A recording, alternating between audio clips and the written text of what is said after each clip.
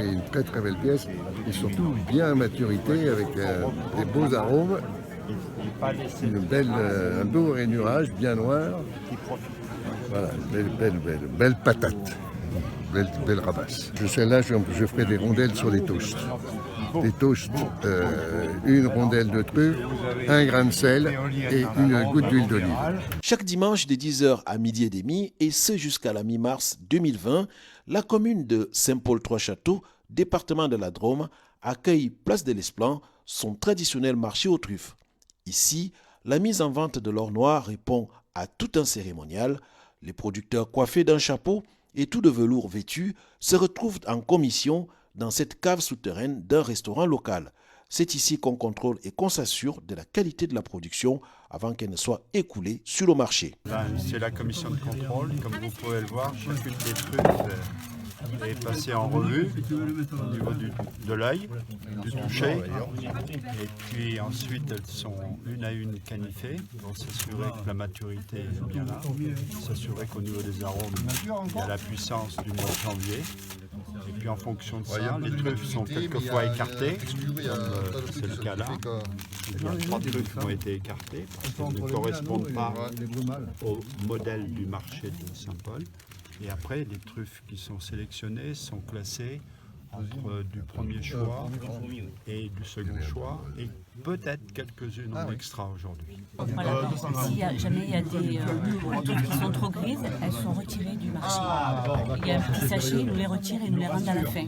On ne peut pas les vendre sur le marché. C'est quoi les critères d'une bonne truffe? Une bonne truffe, elle doit être noire. Elle doit être noire, voilà. Et elle ne doit pas...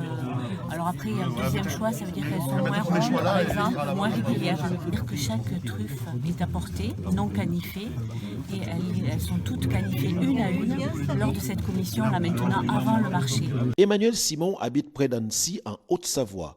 De passage à Saint-Paul-Trois-Châteaux, elle ne pouvait manquer le marché aux truffes. J'ai été emballée, enfin, c'est exceptionnel, il y a des odeurs, c'est magnifique, c'est magique, et il y a un professionnalisme également qui est là, qui est présent et qui nous rend fiers de voir qu'il y a des gens encore aujourd'hui qui se battent pour fournir un produit qui est authentique, qui est naturel, qui est parfait. Ce marché aux truffes est aussi l'occasion pour les producteurs de rester mobilisés face aux aléas d'un marché international qui n'a pas toujours été respectueux des règles du jeu. Vous avez des marchés aux truffes qui fleurissent un peu partout.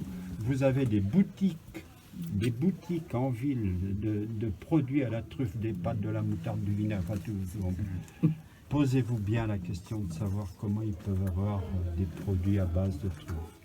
Il y a une explosion du marché des arômes de synthèse et il y a une découverte depuis quelques années, c'est qu'avec des choux, des carottes, des navets et je ne sais pas quoi, on arrive à faire avec des produits dits naturels, donc vous voyez en gros produits naturels, on arrive à faire des profils aromatiques qui ressemblent aux produits à base de truffes.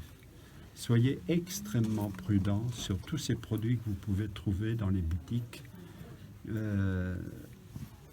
Et ça se développe parce que le monde de la truffe est en train d'échapper au monde de la production pour devenir financiarisé. Et donc les grands groupes s'intéressent à la truffe au niveau mondial, au niveau international. Et donc c'est tout schéma qui est utilisé pour faire de l'argent. Le marché est inondé avec des produits de qualité inférieure, il n'y a pas de traçabilité. Les truffes peuvent même être... on peut trouver une boîte, un bocal et ce sera marqué truffe du Périgord ou truffe de France.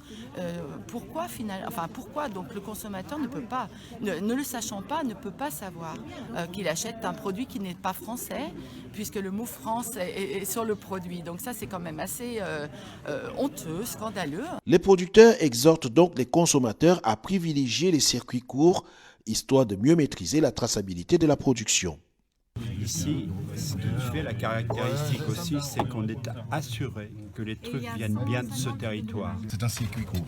C'est un circuit court, mais c'est un circuit de certitude d'origine de la truffe. On est dans une période où la truffe obéit à des règles du marché mondial et les truffes peuvent venir de tout pays, s'appeler Tuber melanosporum ou truffe du Périgord, sans qu'on sache d'où elles viennent réellement. Ici, la traçabilité est certaine. Tentation du business de la truffe.